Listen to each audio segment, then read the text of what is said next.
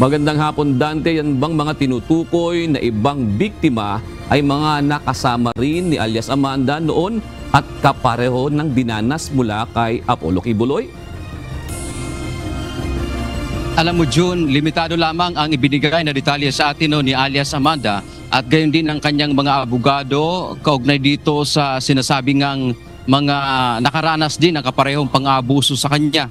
Ang binanggit lang ng abogado ni Amanda, ito ay nauna na nakaranas ng pang-aabuso kay Kingdom of Jesus Christ leader, KOJC leader Apollo Kibuloy. Inabuso. Si ano yan, alias Amanda. Ang tanong kasi ng mga kulto ni Kibuloy, ginalaw ka pala, bakit hindi ka pumalag? Alam nyo, lahat po nang nagre-reklamo kay Kibuloy, bawal kang pumalag. Kasi magkakaroon ka daw po ng punishment. Remember, may Bartolina dyan sa kingdom na yan. Diba? Magkakaroon sila ng punishment. Syempre, babae yan. Ano bang magagawa ng babae? Wala naman lakas yan. Kaya no choice po sila kundi pumayag na lang talaga. At wala ring nabanggit maging si Amanda man kung kapareho bang pang-aabuso o krimen ang ginawa sa kanya.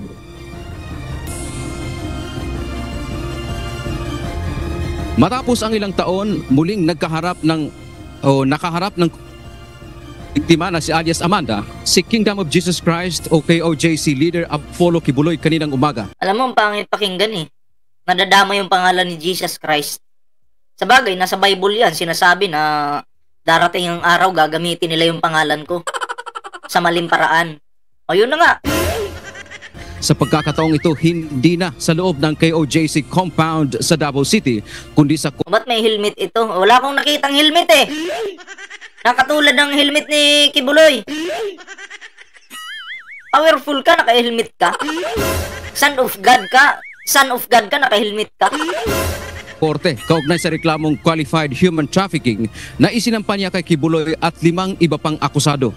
June, dahil hawak na nga ng mga otoridad ang religious leader, nanawagan si Amanda sa mga kapwa niya biktima ng pang-aabuso umano ni Kibuloy na lumantad at maghain ng reklamo. Ayon sa mga abogado nito, may mga iba pang biktima at complainant dati na nauna sa kanya na hinaras at bigla na lang umanong naglaho at hindi na nila alam kung ano ang nangyari sa mga ito. Hoy! Bigla na lang naglaho. Hindi na alam kung nasaan. May something dito Ang tanong, nasa na kaya sila ngayon? Baka hinabol ng angel of death.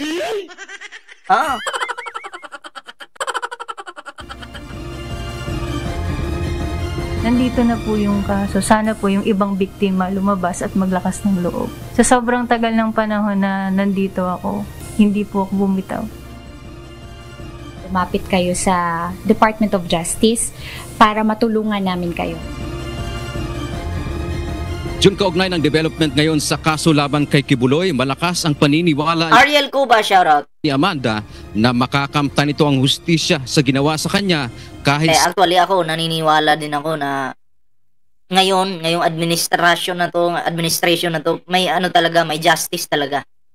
No, kasi ang lawak na ng nagawa, ng ating Pangulo. Siyempre, ng mga nakapalibot sa ating Pangulo, malawak na po. At hindi naman pwedeng isa walang na lang yun. Bahala na sasabihin nyo, lang yan, malapit na kasi yung eleksyon kaya nagkakaganyan, hindi. Hindi ganyan yung administration. Mahal ni PBBM ang bansang ito at mga Pilipino. Kaya nga, sabi nga niya, may bagong Pilipinas Diba? May bagong Pilipinas. Gusto niya magkaroon ng bagong Pilipinas. At yun, habang ginagawa yung bagong Pilipinas, pinagtatanggal yung mga salot.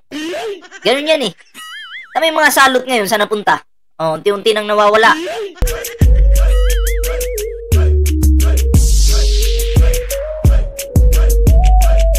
Oy, shoutout kay Hilario Kabakungan. Sampaling ko yung utak mo Yeah? Nagko-comment ka na nga lang dito, ang pangit pa ng pangalan mo, ang pangit pa ng pagmumuka ng pamilya niyo mga hampas lupa kayo. Gago kayo. Ha? Utang ina nyo. Yun na yung dahilan nyo, isa ka rin bangag. Ha? Ako ang babangag sa inyo. Oh, mababangag kayo dahil sa akin. Putang ina mo, Hilario Kabakungan. Hanapin ko ang Facebook nito. Papatayin ko yung utak nito eh.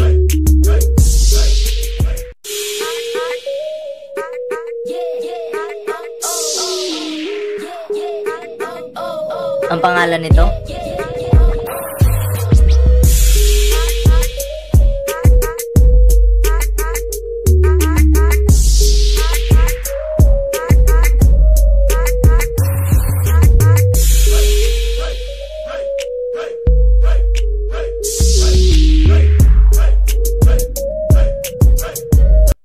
Hoy, Hilario Kabakungan!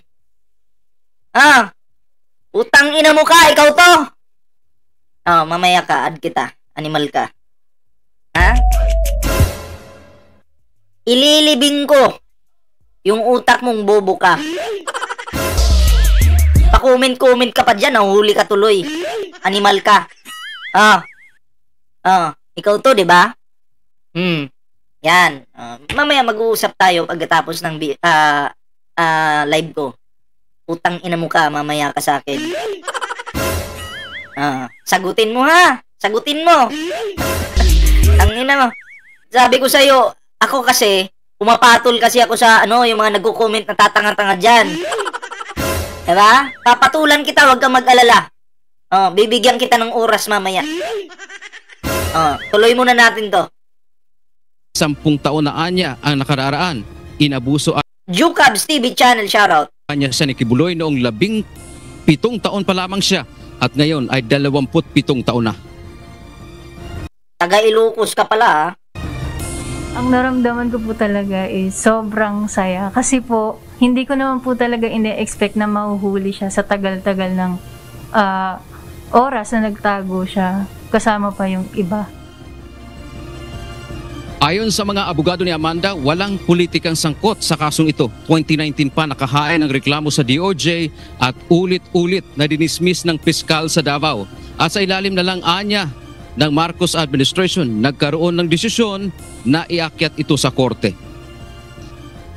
Kaso lang, natulog lang sa DOJ under the previous administration. Kaya sabi ni Attorney Domingo, paano maging politically motivated na final namin under the previous administration. Ang Department of Justice naman ay handang tumulong kay Amanda kahit na pagdating sa proteksyon tulad ng pagsasailalim sa kanya sa Witness Protection Program o WPP. Samantala, June, matapos maghain ng not guilty plea si Kibuloy at iba pang kapwa-akusado nito sa Pasig City Regional Trial Court kaninang umaga sa kasong qualified human trafficking. Naghain din ng kaparehong not guilty plea si Kibuloy at mga kapwa-akusado nito sa Quezon City RTC Branch 106 sa kaso naman ng sexual abuse, Not guilty plea.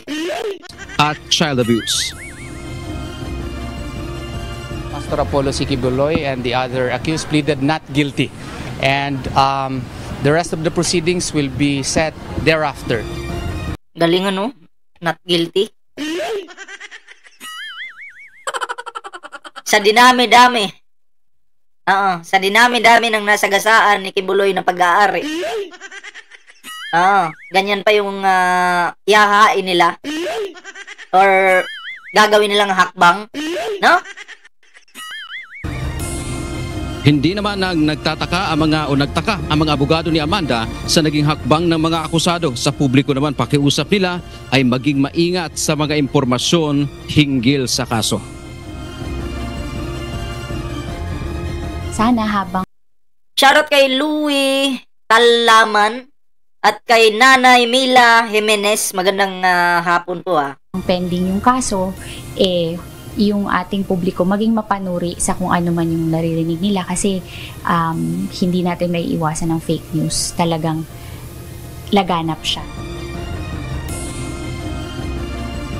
June, kaugnay nga nitong dalawang magkasunod na arraignment kaya Kibuloy ngayong araw, kaugnay sa kanyang mga kasong kinakaharap, ay binigay na mga karagdaryo itong kanyang ni Attorney Torion. Kundi ang kanila lang sinabi, kinumpirma, ay naghain nga ng not guilty plea itong kanyang plea. Take note po sila po yung naghain ng not guilty plea. Okay, kasi baka magkamali kayo ng pag-intindi na baka sabihin nyo ang batas natin ang nagsasabing not guilty si Kibuloy. Hindi po. Sila po yung naghain, okay, ng not guilty plea. Okay? Para klaro lang. Yes, At batay sa ating nakuhang impormasyon, Jisan Jin, salamat po shoutout po sa'yo. mula sa magkabilang panig ay nakatakda June itong pre-trial dito sa Pasig City. Ito yung non-bailable case ni Kibuloy sa darating na October 17. Samantala ito naman bukod pa niyang kaso na dyan sa Quezon City RTC, branch 106, ay medyo mauna ito June ng isang linggo ay nakatagda naman ang pre-trial sa darating na October 2. So yun muna ang ating update mula dito sa Quezon City. Balik sa June. Dante, kung pwedeng masagot, nabanggit ba ni alias Amanda na saan siya, kumbaga doong 2019 mula noong na-dismiss sa Davao City, paulit-ulit ang sinasabi mo na-dismiss yung kanyang reklamo sa piskalya pa lamang, siya ba ay nanatili pa rin sa bansa o merong kumukup sa kanya? Paano ba yan, Dante? Yes, Jun, alam mo, maging yung kanyang mga abogado, aminado rin na may pagkakataon hindi na rin nila alam kung saan nagtatago itong si Amanda dahil nga mayroon ding security risk sa kanya. Ray Raffol, shoutout. Katunayan nga, kapag lumalabas siya sa publiko ay hinaharas o Delikado to si Amanda kasi viral ito Sikat ito 'Di ba? Mamaya pinahanap na to ng angel of death ni Kibuloy. Ganyan pa naman yung mga ng mga yan na, "Oy, papahanap kita sa angel of death." Papahanap ka ni pastor sa angel of death.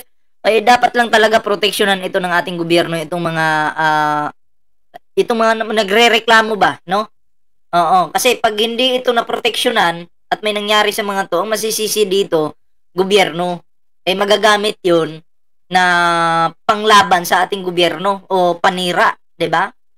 Ganun po 'yun. Nabash siya, lalo na sa social media. So, naunawaan naman natin itong panig ng mga abogado at maging siya man, hindi na rin natin tinatanong kung saan siya partikular na nagtutungo para na rin sa kanyang kaligtasan, June. Oo, pero sinabi ba niya yung, kumbaga... Totoo bang DDS ang judge sa Pasig? Hindi rin ako sure. Wala akong alam dyan na kung DDS ba yung judge. So, magkakaalaman naman yan Paano siya nagkaroon ng lakas ng loob para muling, kumbaga, magkaroon ng pag-asa dito sa kanyang reklamo na ito at ngayon ay naisampa na nga sa korte?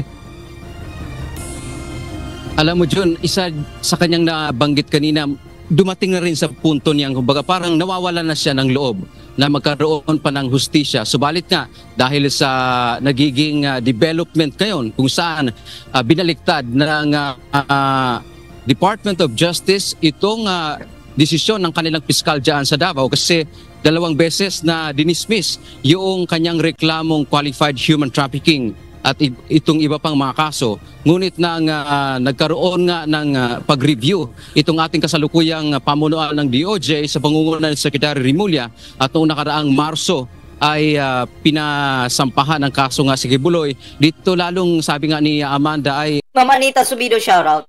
Nakikita niyang makakamit niya ang hustisya dito sa kanyang kinakaharap nga na kaso sa kabila nga ng 10 taon na ang nakararaan mula noong naibigay na pala kay Banat Bay. Hindi naman po naibigay. Ay kung kakapasok mo pa lang po sa channel natin, balikan niyo po yung doon, yung topic natin kanina patungkol sa mga bayaderos. Ayan. Nangyari umano o ginawa sa kanya itong pang-aabuso ni Apollo Kibuloy Jr. To clarify lang, Dante, itong kasong ito ba yung non-bailable? Tama ba yan, Dante? Yes, June, non-bailable itong sa Pasig RTC ay si Amanda, yung complainant. At ito namang sa Quezon City ay siya rin, June, ang complainant dito. So itong itong kaso na nasa RTC at saka Partida yung pinag-uusapan dito, ano pa lang to, alias Amanda pa lang. Hindi pa yung mga bagong labas na ibang kaso yun. Iba rin yun. Yung 12 years old, that, I think 5 yun eh, 'di ba? So iba rin yun, iba to.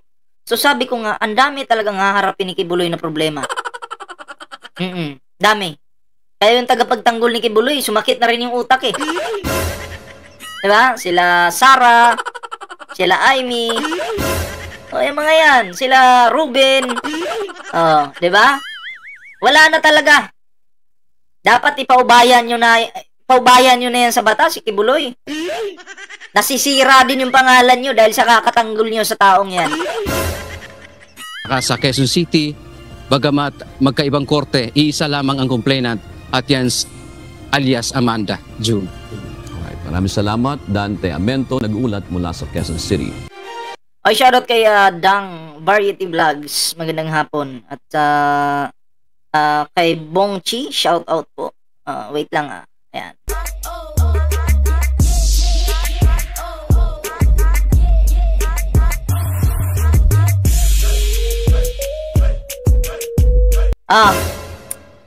Alam mo, magugulat kayo dito sa mga tarantadong mga dami account na to, no? Pero salamat pa rin sa iyo, dami account ka, TV ng putang ina mo ka kung sino ka man.